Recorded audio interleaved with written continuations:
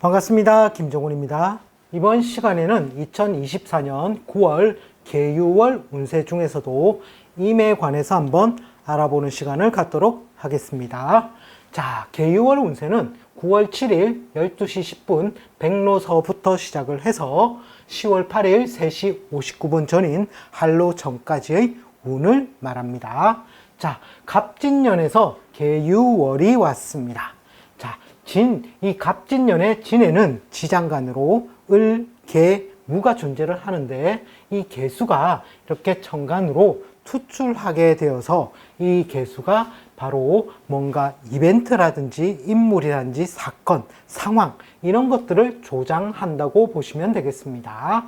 자, 그러면 이 임의 입장에서 이 6월에 각 10개의 천간의 12운성을 한번 알아본다면, 자, 임에서 갑은 식신이 되죠. 식신이 태지에 들어가 있습니다. 즉 제살, 태지라는 것은 뱃속에서 3주 내지 4주 정도 된 상태를 이야기합니다. 제살이라는 뜻도 수옥살과 같아서 옥에 갇힌 것과 같이 움직이지 못하는 상황, 즉 꾀를 서서 뭔가 문제를 해결해야 되는 상황을 암시하고 있습니다.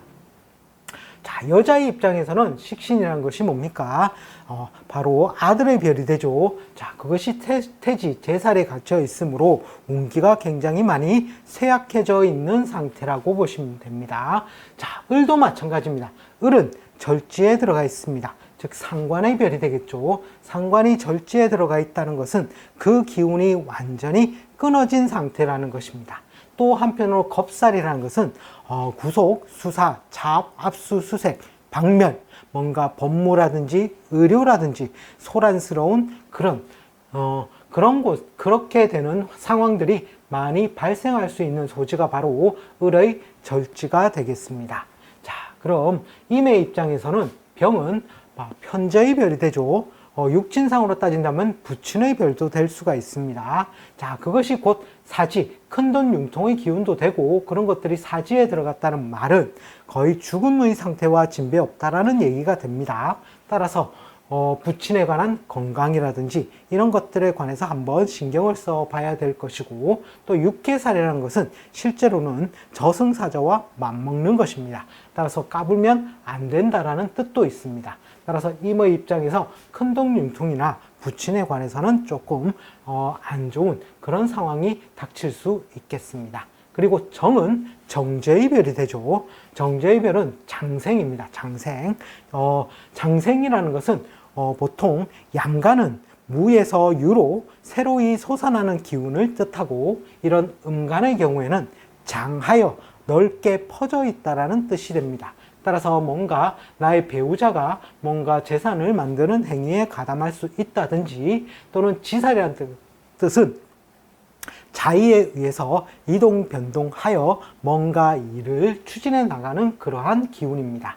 따라서 이 정의 입장에서, 임의 입장에서 정제의 별은 고정소득도 되죠. 즉 진급이라든지 이런 것들도 실제로는 좀 생각해 볼 수 있는, 또는 고정소득원을 만들어 보려고 하는 그런 기운들이 많이 존재하게 됩니다.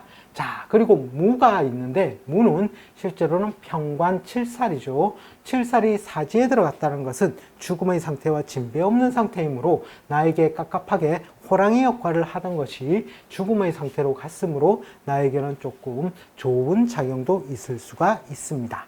단, 이 6월에 개가 투출해 있다는 것에서 주안점을 둬야 될 것이 뭐냐면, 만약 팔자내에 천간에 무가 있다면, 자, 이럴 경우에는 비록 사지라 하더라도 나에게 평관적인, 즉 명고이박이라든지 실속이 없죠.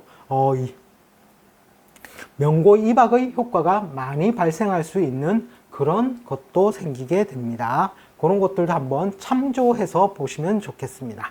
자, 그리고 기가 나에게 정관의 별이 되죠. 정관이 장생을 하게 된다고 했습니다.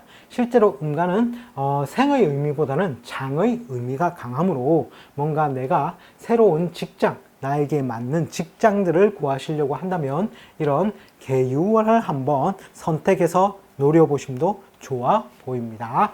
자, 그리고 이 유에는 실제로 경과 신이 제왕과 걸록으로서 굉장히 세력이 왕성해져 있는 상태입니다. 따라서 이것은 편인과 적인의 별이 되죠. 따라서 이거는 문서라든지 학문성이라든지 이런 것들을 추구할 때는 굉장히 긍정적으로 사용되어질 수 있다는 점이 있습니다. 자, 그리고 임은 나에게 비견의 별이 됩니다. 비견의 별이 되고 또한 나의 기운의 운세도 됩니다. 자, 내가 목욕지에 들어갔다라는 것입니다. 목욕지라는 것은 애가 태어나서 오물을 씻어버리는 동작. 그리고 나서 보니 깨끗이 씻고 나니까 어떻습니까? 뽀송뽀송 너무 예쁘죠? 시선 집중을 시킬 수 있는 인자가 되는 것입니다. 12신살로서는 연살과 또는 도화살로도 불립니다. 도화살이라는 것은 소모지출의 인자를 동반하면서 남들의 시선을 집중시킬 수 있는 그런 능력을 발휘하게 될 수 있다는 것입니다. 따라서 내가 소모지출의 인자는 가지고 있지만 그래도 뭔가 시선을 집중시킬 수 있는 그런 긍정적인 작용도 있을 수 있다는 것입니다. 자, 그리고 개는 나에게 겁재의 별이 되죠. 겁재가 사지로 병지로 들어가서 병든 모양과 같다라고 보는데 실제로는 유에서 정관으로 투출하였기 때문에 이 개가 뭔가 이벤트적인 상황들을 많이 발생시킨다라고 보시면 되겠습니다. 즉 겁재니까 뭡니까? 보통 개유월에서 육친으로서 한번 풀이를 해본다면 개는 겁재에 해당하죠. 같이 일맥상통하게 들어가는데 보통 금전의 소모지출인자가 발생을 하게 됩니다. 목욕도 마찬가지로 금전 소모지출의 인자가 맞물리게 되죠. 또 한편으로는 인간관계에서 갈등이라든지 시비사가 붙을 수도 있습니다. 또는 뭔가 목적을 달성하면 뭔가 도 아니면 모식으로 결과가 나타나는 경우도 실제로는 겁재의 효과가 됩니다. 이 겁재는 9월 7일서부터 한 15일 정도의 운으로 생각하셔도 됩니다. 자, 그리고 지지의 유는 정인의 별이 됩니다. 정인은 크게 연에서 보통 상속혜택이나 문서취득으로 보통 보는데 이런 것들은 월에 있으므로 조금 더 작게 생각하셔서 뭔가 학위취득이라든지 공부를 하는 데는 긍정적인 효과가 있고 뭔가 문서를 보더라도 다른 달보다는 좀 더 나은, 더 좋은 문서를 보게 될 확률이 높다라는 뜻이 되겠습니다. 자, 그리고 임에서 유를 보면 또 다른 신살이 하나가 붙게 됩니다. 자, 그것이 바로 뭐냐면 천주귀인이라는 것입니다. 자, 천주귀인이라는 것은 하늘의 부엌이 있다라는 뜻으로 입만 벌리고 다녀도 한 번씩 감이 떨어진다는 길성으로 표현을 합니다. 과거에는 먹고 사는 문제가 굉장히 시급했기 때문에 이런 천주귀인의 별을 타고난 것으로도 굉장히 좋은 것으로 쳤습니다. 아, 요즘은 뭔가 내가 뜻하지 않게 뭔가 먹을거리가 생긴다든지 이런 정도로서 한번 해석에 주안을 두면 되시겠고, 그리고 또 한편으로는 이런 귀인의 별들이 팔자 내에 있다면, 즉 팔자 내에 귀인이 있고 없으면 생산력 단위가 다르게 됩니다. 즉 천을 귀인 같은 경우에는 다른 사람이 10,000원짜리 장사를 한다면 내가 100,000원짜리 장사를 할 수 있을 정도로 그런 식으로 업그레이드 된다라고 생각하시면 되겠습니다.